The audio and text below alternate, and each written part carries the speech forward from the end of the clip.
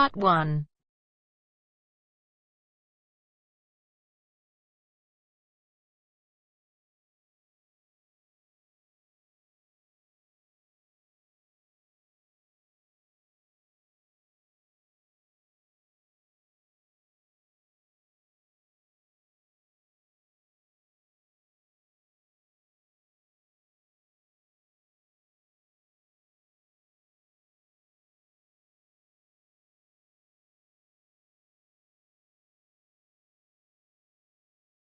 You will hear a number of different recordings and you will have to answer questions on what you hear. There will be time for you to read the instructions and questions and you will have a chance to check your work. All the recordings will be played once only. At the end of the test, you will be given 10 minutes to transfer your answers to an answer sheet.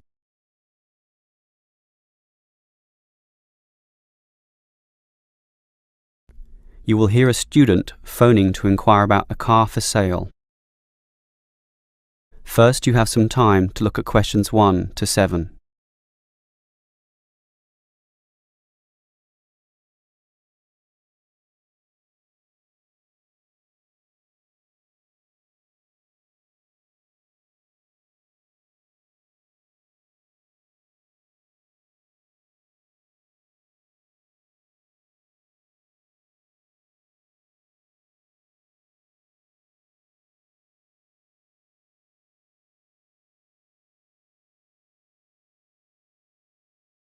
Now we shall begin. You should answer the questions as you listen, because you will not hear the recording a second time. Listen carefully and answer questions 1 to 7. Hello, can I speak to... the advert doesn't give a name. Well, the name is Bob, and I guess this call is about the car I'm selling, right? Yes, my name's Francis, and I'm definitely interested. You'll like my car then. Clean, neat, nice. What sort is it? Oh, the original model was called an Echo. You know, like the echo a sound can make. But then they changed the name to Yaris just before I bought it. Yaris. I don't know why. I liked the old name, and it's the same car, but that's what it's called. So, what's the colour? The ad says it's cream-coloured. Like cream, then? Yeah, well, it's more of a yellow colour, actually. Not cream? No, I don't know why I said that. It's like a canary, and it's more like one, too. So, what about the power? How many cylinders does it have? 4 or 6?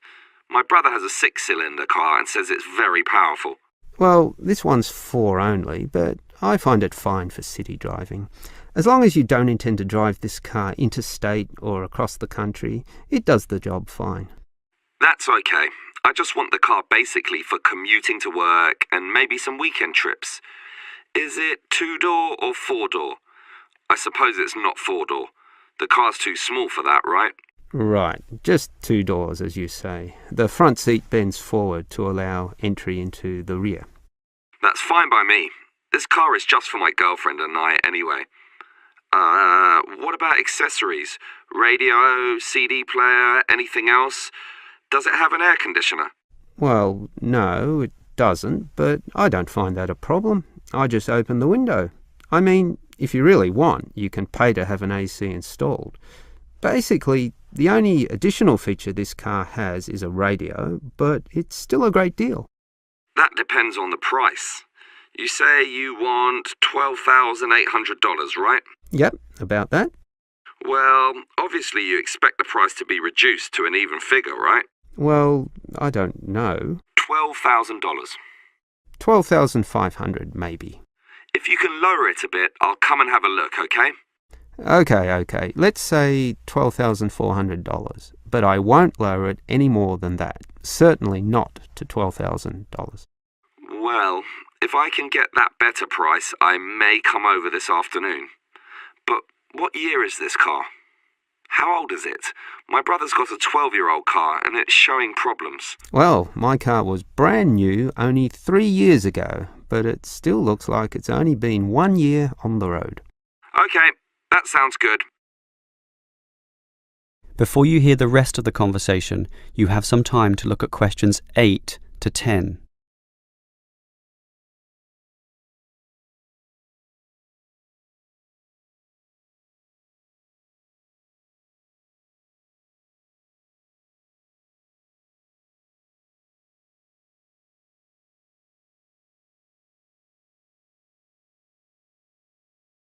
Now listen and answer questions 8 to 10. Can I just ask a few more general questions about this car you're selling? Sure. Can you just tell me why you think it's such a good deal? Of course, I won't necessarily believe you, but just tell me what you think. You can believe me. I honestly think this is a nice car, well worth buying at the price I'm asking. How much registration does it have left?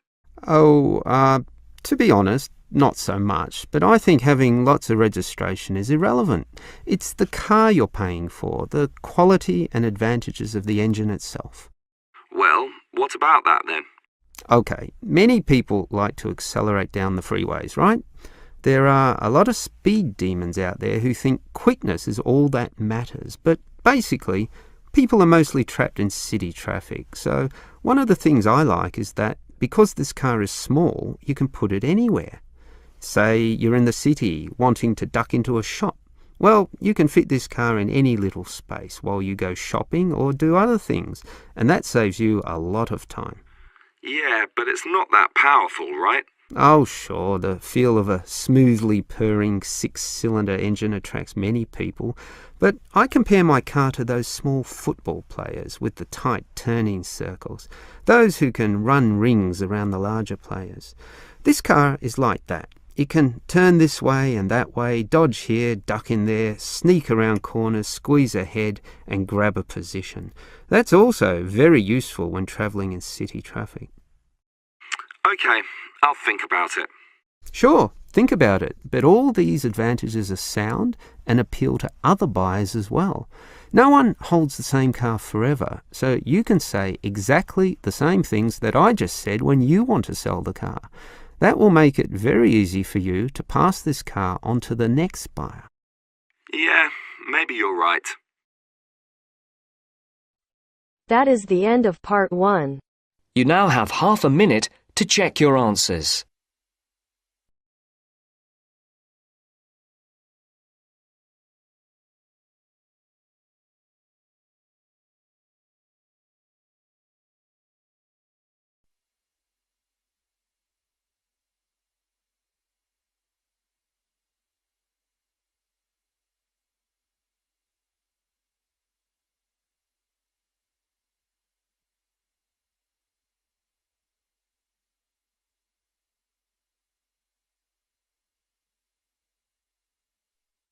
Now turns to part 2.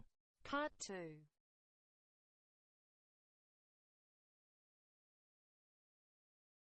You will hear a university administrator telling a group of new students about the central campus buildings and the facilities they provide.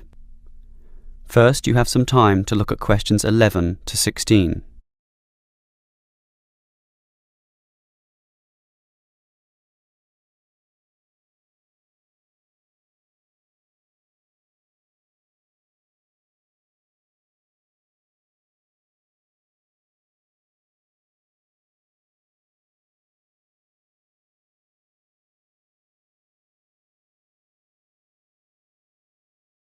Now listen carefully and answer questions 11 to 16.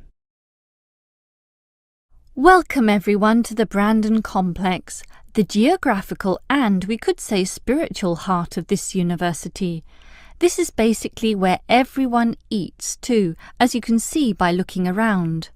There are many different cuisines here, Chinese, Indian and Middle Eastern, plus the usual fare of a local type, all in that corner over there.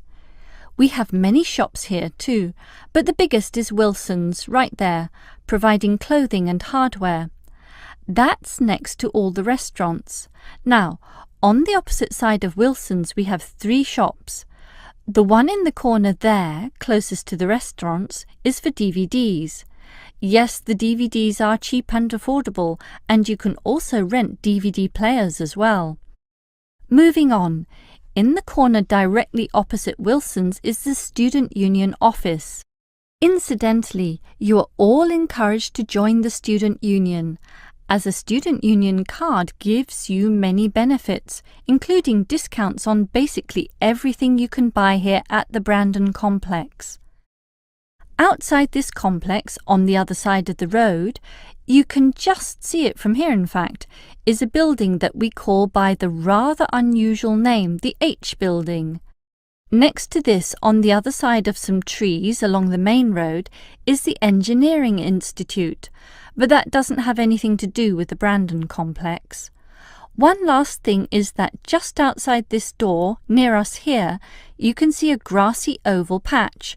Well, that's the playing field for what we simply call the fitness room, which is alongside. So you can put on some calories here at the restaurants and then burn them off at the fitness room afterwards. Oh, I forgot to mention this shop right here, in the middle, beside the Student Union. It's the bookshop. And as you can see, it's always busy, always popular. You can buy newspapers, magazines and stationery there, plus a few clothing items as well, just as you can at Wilson's. Why don't you go and take a look right now? Before you hear the rest of the talk, you have some time to look at questions 17 to 20.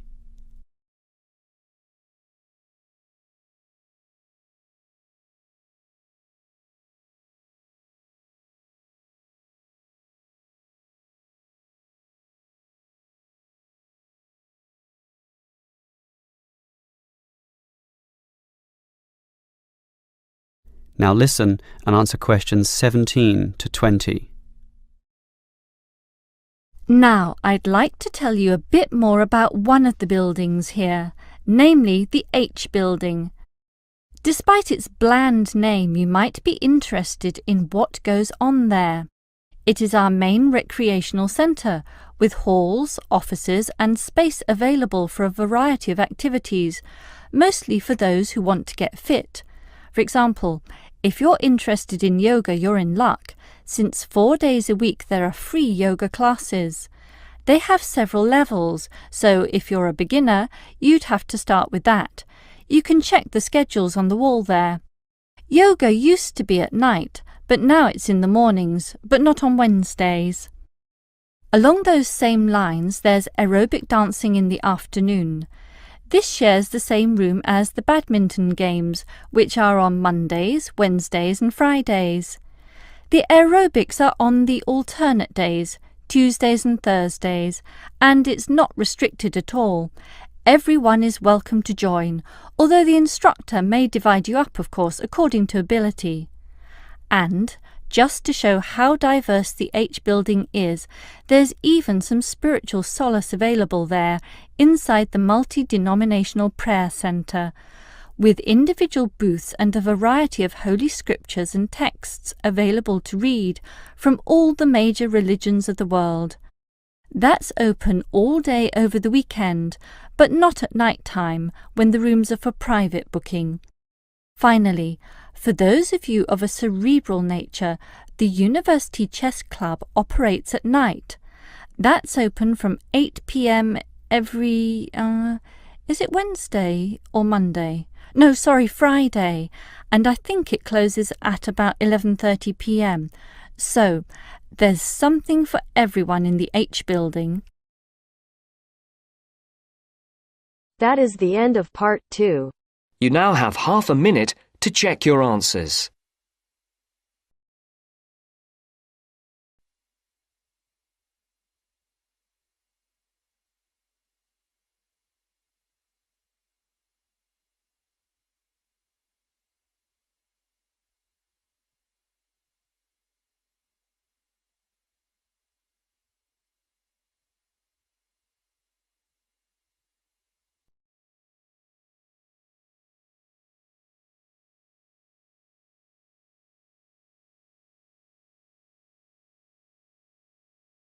Now turns to part 3. Part 3.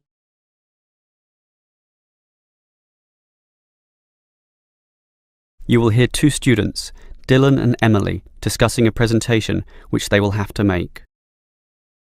First, You have some time to look at questions 21 to 24.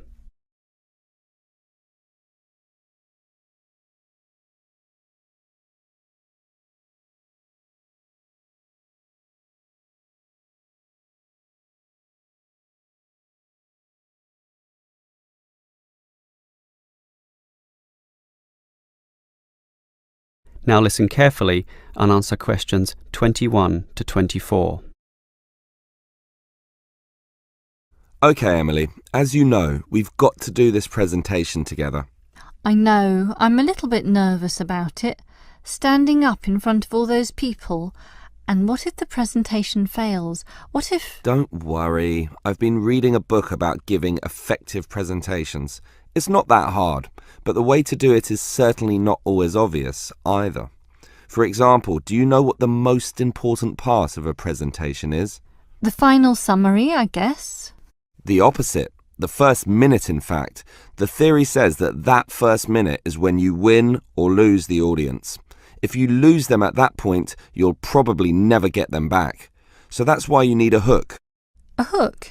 You mean like when you catch fish? Yes. I mean, not exactly, but yes, we want to catch the audience, right?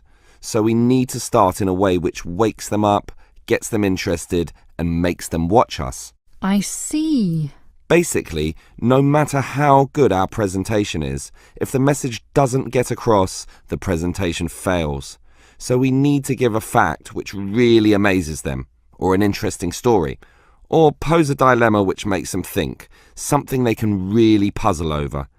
It's better if this is related to the subject, of course. Something to do with management, in our case. So that's the hook? That's right. From then on, we'll just follow the basic advice. Like what? Like, talk to your audience, as equals. Don't talk down to them, or up to them. They're just the same as us, right? You're right, Some of the best presentations I've ever seen sounded just like conversations. Exactly. And what else made them good? Well, the speakers sort of involved me in the topic and issues under discussion by asking questions, by referring to me, by saying you, and, well, basically they were interesting. And they're exactly the tips we'll follow too. It should be fine. Before you hear the rest of the conversation, you have some time to look at questions 25 to 30.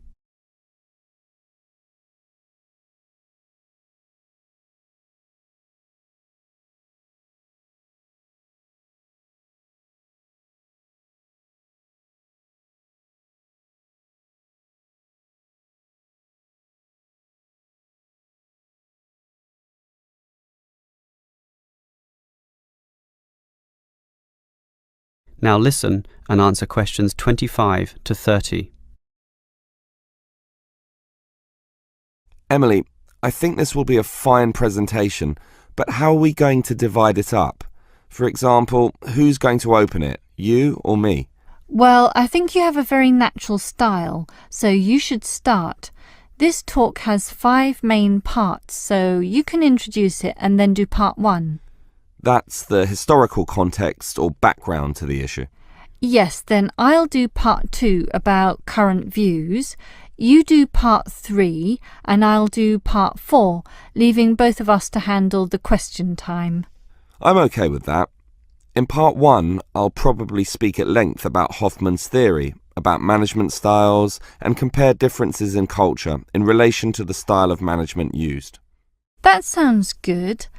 Those differences are important and certainly relevant to the current times. Hoffman makes some excellent points too on this issue. That's why I'll follow up with present-day perspectives and viewpoints on this, such as the problems facing today's managers in the complex multicultural workplace, where basically one can no longer assume one is dealing with a single culture in the workplace, but actually a multiculture. That sounds good also. Then I'll take over, discussing the implications and problems of this. I suppose you'll look at the pluralist movement. Yeah, I was thinking about that, but then I changed my mind. I've decided I'll look at the productive diversity argument. It's more interesting anyway, so I'll go with that. Then I'll tell everyone what we've decided is the best business practice, or what is most likely to work in most situations, which is basically ignoring pluralism and productive diversity and linking everything back to Kotter's theory of human universals. Yes, the theory that argues modern management should target the universals of human nature. Right, and that leaves both of us to field questions at the end. Are there any questions we can predict so that we have some good answers ready? About resolving industrial disputes, for example? Well, I'd say that industrial democracy usually surprises people, so we should expect a lot of questions about that. Yes, the theory is that it increases productivity and reduces industrial delays. And results in better decision making, but that's all theory. Most people would think that industrial democracy is just about unworkable in practice, so let's be ready to explore that issue in some depth, as well as any other related topics, okay? Okay.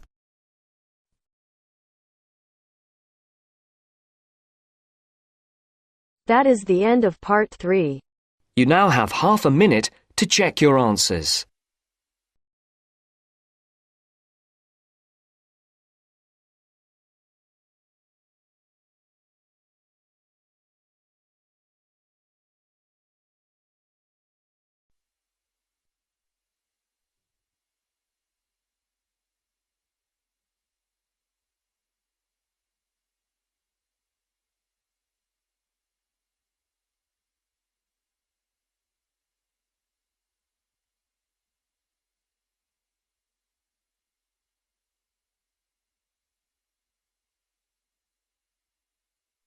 Now turns to part 4.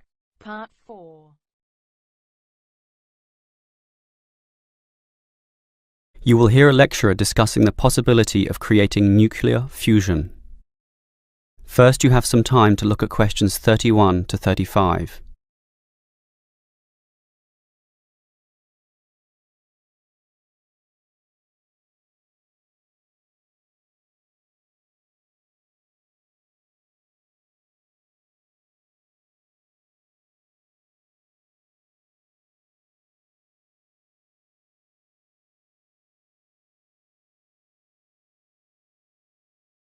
Now listen carefully and answer questions 31 to 35.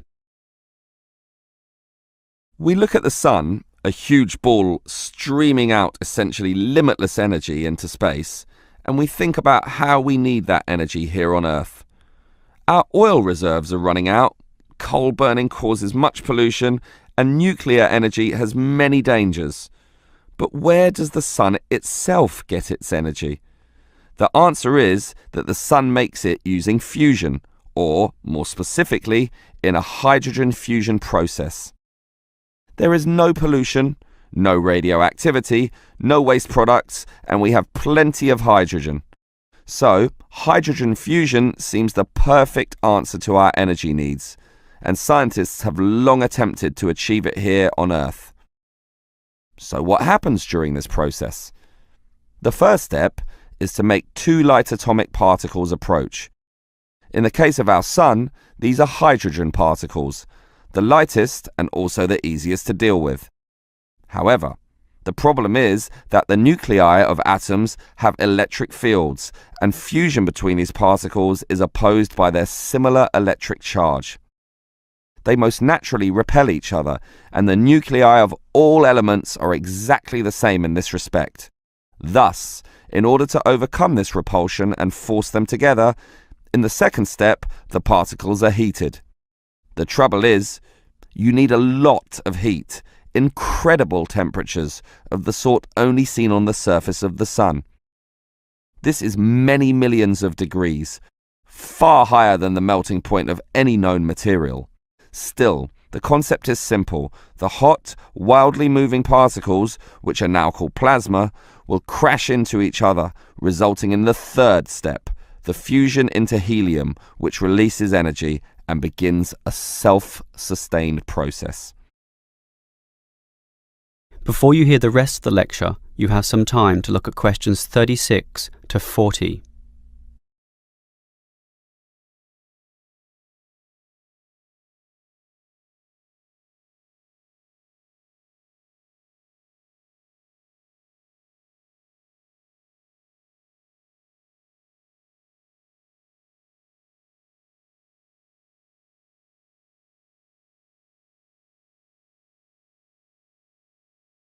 Now listen and answer questions 36 to 40. So, we know how fusion works. Thus, the big question is, can we create it here on Earth?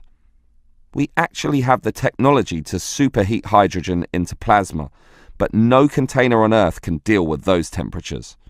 Thus, we need to confine this superheated material so that it doesn't touch anything. For that, we need a special reactor, and most research has focused on an apparatus known as a tokamak system. That's Tokamak, an acronym from some Russian words meaning toroidal chamber with magnetic field. It's an apt name, since a very powerful magnetic field is used to confine and suspend the superhot plasma in the air so that it doesn't touch anything. This is possible only because this plasma has an electric charge, which interacts with the magnetic field. Of course, the walls of the fusion vessel will still get hot, very hot, and to avoid being melted, they must be cooled with a cryogenic system to intensely low temperatures. But now we are faced with the second problem. If we are to draw power from this system, the reaction must be continuous and controllable. However, when fusion begins, the plasma becomes unstable, and at these temperatures, that is a very serious situation. If we lose control, a disaster could result. Despite the obstacles, in 2010, a European device managed some success, but needed far more power to generate the fusion reaction than that produced from the fusion itself. Obviously then, it was not useful as a power source. More to the point, this system could only sustain a fusion reaction for a fraction of a second, yet, to self-sustain, the fusion needs to run for at least 10 seconds. And the future looks bleak. Unfortunately, most scientists predict that many decades will have to pass before fusion power can become a practical reality. That is the end of part 4. You now have half a minute to check your answers.